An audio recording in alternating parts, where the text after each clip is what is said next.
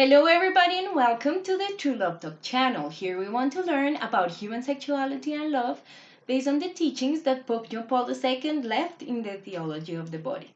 I am Elisa and today we're going to have our 8th video on the series Mulieris Dignitatem on the dignity of women about femininity.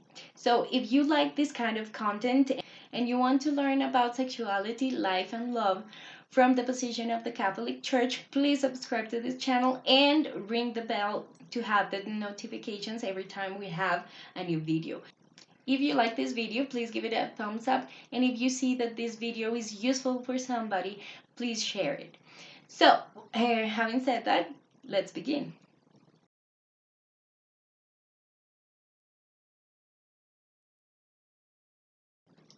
Okay, so we are talking about how human dignity is rooted in their being, right? Is ontological, and it is also rooted in our vocation.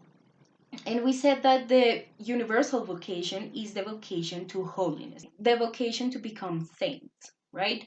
But we said that this vocation is both universal because we are all called to be saints, but also particular or individual because each person is going to have a different way of becoming saints.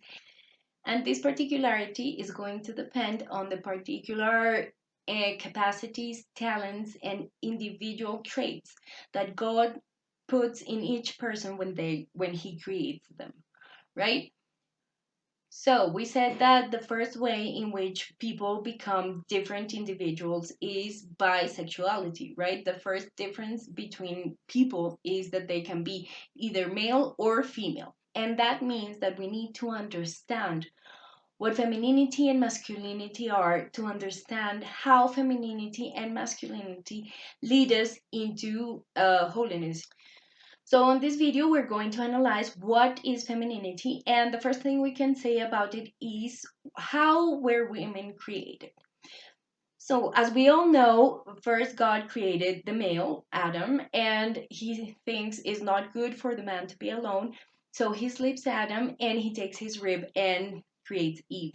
Then he wakes Adam up and presents Eve to them.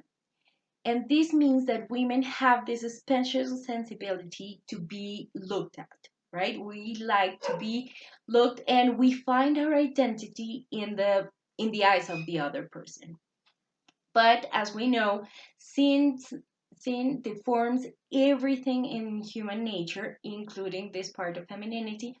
And sometimes women deform this trait into such a need to be looked at that we become beggars for looks. And just to be looked at, we are capable of devaluing, diminishing, and even annihilating our own identity and our own life to become the person that the other person wants to look at. So we are looked at, right? Instead of wanting the other person to recognize our identity in when they look at us, we become whatever the other person wants from us just to be looked at. A second trait that is fundamental of femininity is maternity, is motherhood, right? As I told you on the last video, motherhood becomes the fulfillment of the feminine nature. Because being a woman at the end of the day, it's becoming this space that receives the gift that is the other person and makes it fertile and allows the identity of the other person to be affirmed and to grow. So on the reproductive basic bodily level or corporal level, we are talking about the woman receiving the gift of the man, right? In this case, his semen, and from that we create a whole new person. But when women are not biological mothers, they are still called to womanhood. We are still called to motherhood. Let's remember that parenthood is a universal vocation as well. And this motherhood will be spiritual or academic, in which case we receive the other person's spirit or what is in the other person's spirit. We receive the intellectual gift of that other spirit and we make it grow. And that is why women have a higher linguistic intelligence and a higher interpersonal intelligence and intrapersonal intelligence as well than the men, because we are able to make not only make ourselves uh, a physical space for the other person to grow, but more importantly, that emotional space. And we are very good at understanding what is happening with the other person, what is happening within ourselves, into explaining the other person what is going on with them, which is very important with children because they don't understand what they are feeling or what they're going through, but also for men because men are not good at recognizing their own feelings or understanding what is happening to them. So the woman is there to help men understand what they're feeling or who they are actually, and they also help the man create the bond with their child. But as we know, sin comes and deforms everything in human nature, and in this case, when the woman deforms this capacity of being a space for the other person, it can be deformed in two different ways. First of all, by annihilating the other person. So instead of being the space that receives, it becomes the space, the woman becomes the space that eats the other person to the point that the other person disappears. And this is something we can see in mothers who treat their children and even their spouses like extensions of themselves. So instead of understanding that the other person is their own person, they're imposing everything they want, right? That is one possibility of femininity, of this deformed femininity. The other way in which femininity can be deformed is when the woman annihilates herself to become a space for the other person. And instead of being that space, allows the man or the other person to dominate her, right? In this case, she loses herself, but the other person does not get their identity confirmed or affirmated from the woman, because of course the woman is not there to show them who they are. And they also lose when the person dominates the woman. They're losing their humanity, because let's remember that the essence of humanity is being a gift for the other. So of course these people are not gifts. They don't give, they take. And this way they deform their own humanity. So no one wins from this deformation of womanhood.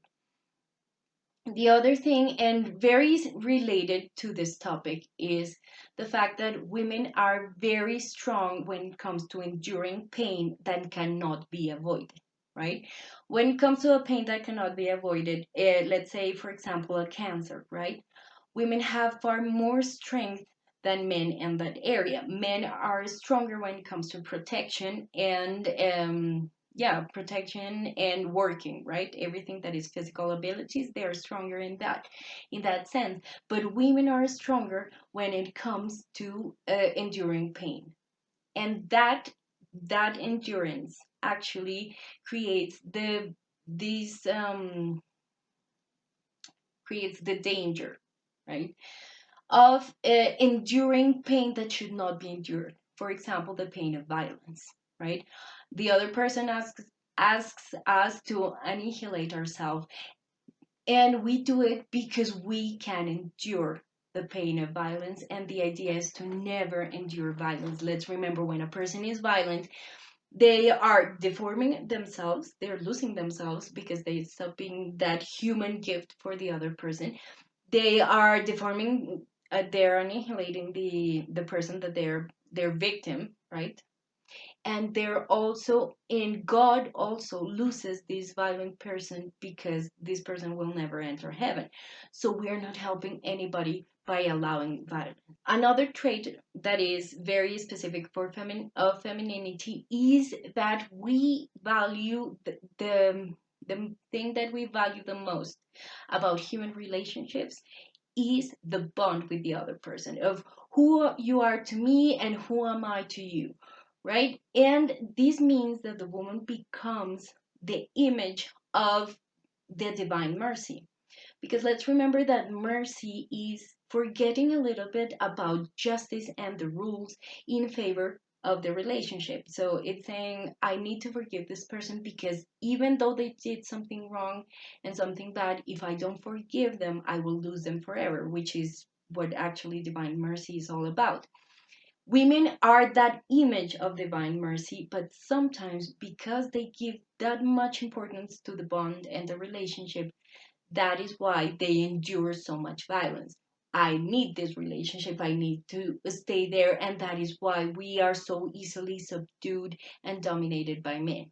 And finally, Pope John Paul II finishes actually this letter on the dignity of women, saying that we need to give back the value to all that is feminine, especially to motherhood, because this motherhood is where the feminine genius comes from and is what is going to allows us to enrich society. This is the part of the woman that society needs the most. This part of receiving the other person and have mercy for the other person and bonding with the others is what is going to allows us to have a better society. But we have diminished that possibility to the point that nowadays even women are offended when we say that part of an essential part of femininity is having children, because they think that this is what makes them weak, right? And this has been one of the excuses to keep women out of the workforce and to deny their dignity and to deny them intellectual and intellectual possibilities, also to deny them school, to deny them the possibility to be part of the political parties and so on. So women have this big temptation to become masculine, right? And they do it by castrating themselves. And this is why women accept contraception so easily, because they know that if they have children, probably they will not have the same possibilities, the same chances, the same opportunities in their work life. So Pope John Paul II once again does finishes this letter telling us that we need to give back the value to that motherhood, be it biological or spiritual or academic or in any way it comes, because this is what society needs and that women have to give to others. And our society without this feminine genius is actually a very poor society.